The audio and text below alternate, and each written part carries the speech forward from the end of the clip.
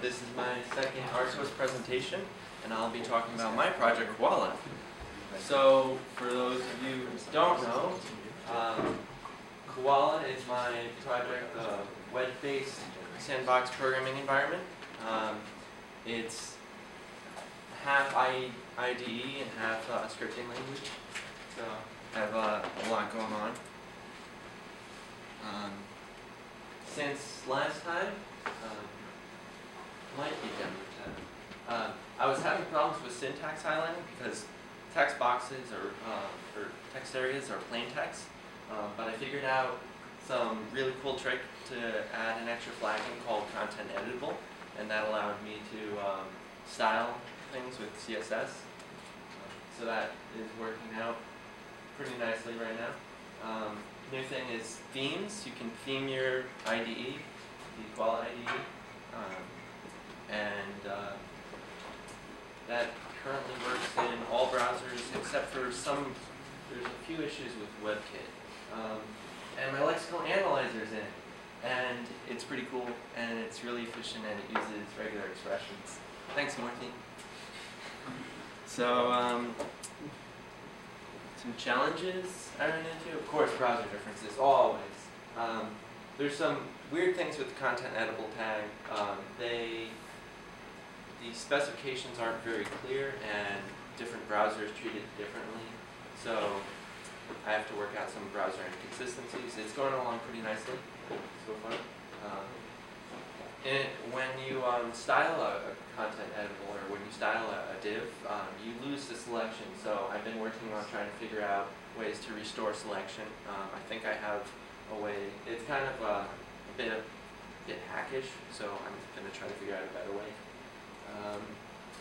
As I said before, WebKit is having some troubles with the dynamic CSS in the theme engine, and there's some weird things with Internet Explorer with DOM manipulation, and it doesn't follow standards.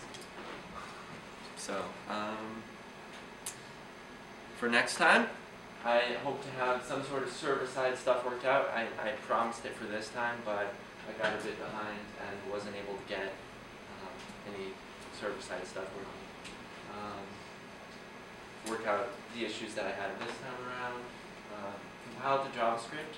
I'll show you in my demo. I have it running on the live interpreter, so it will execute the code right from the lexical thing. Yeah. And control structures the language. I don't have any loops, and I'd like to add that. That's pretty self-explanatory. User accounts, that fits in with server-side stuff. So, thanks. I have a demo real quick. So, here's the IDE as you open it up.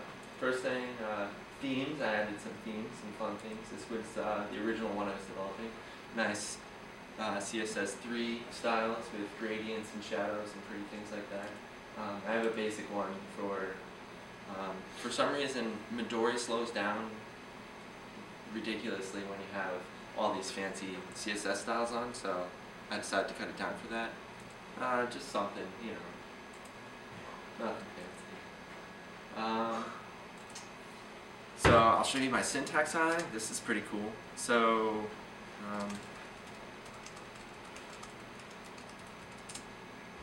I highlighted it. It's gray now.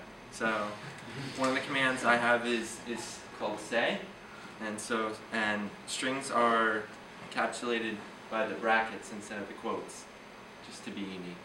So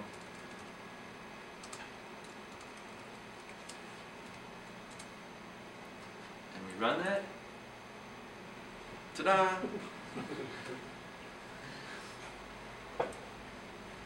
So. Thank you. Any questions or comments? Yes? Can we see math or control flow? That isn't implemented okay. yet. that was on the next time. Yes? There's a new syntax highlighting library that's going to be called Sunlight.js. It's really cool actually. You wrap everything in a pre-tag, you can tell it what language it is, and you call a single function and reference the whole thing. and even supports like And it's called what was that? Sunlight. Sunlight. I'll show you a link later, but it supports like SQL inside of PHP, inside of HTML, and stuff, cool stuff like that. That is pretty cool. I've looked into libraries like that before. I was looking into Kuebler, and what was the other one? There were a couple of ones I did look into, but none of them seemed to quite fit my need, and they all, like Kuebler required a lot of extra files, and it was a very large project. I have my JavaScript file entirely under a kilobyte, so I like to be very lightweight. Yes?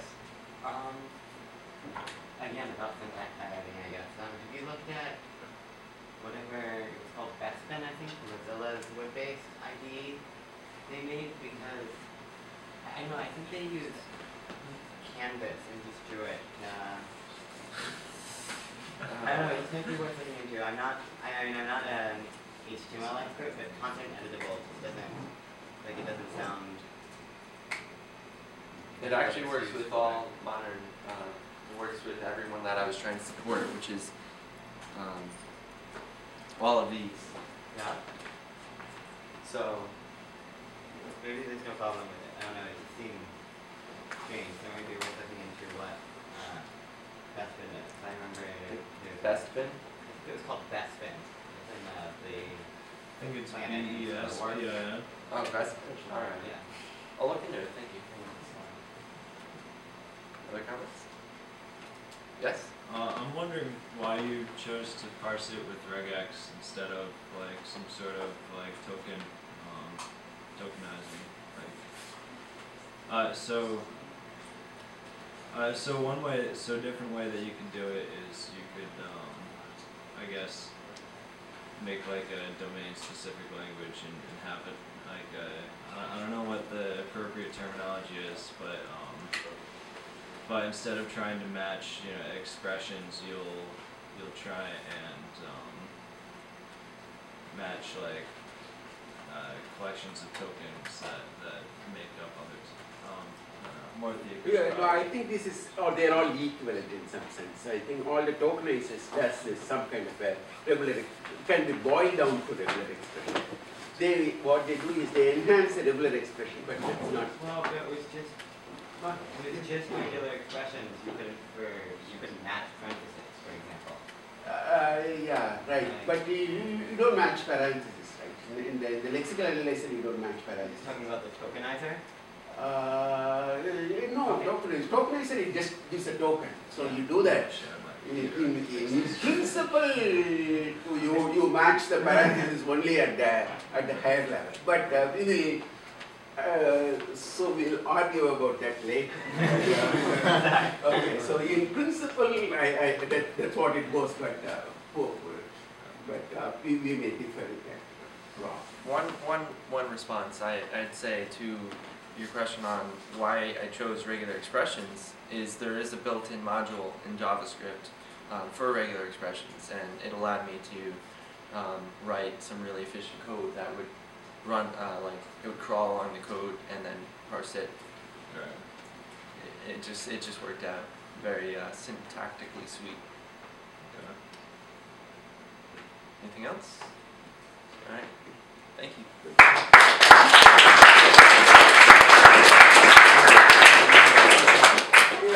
We have office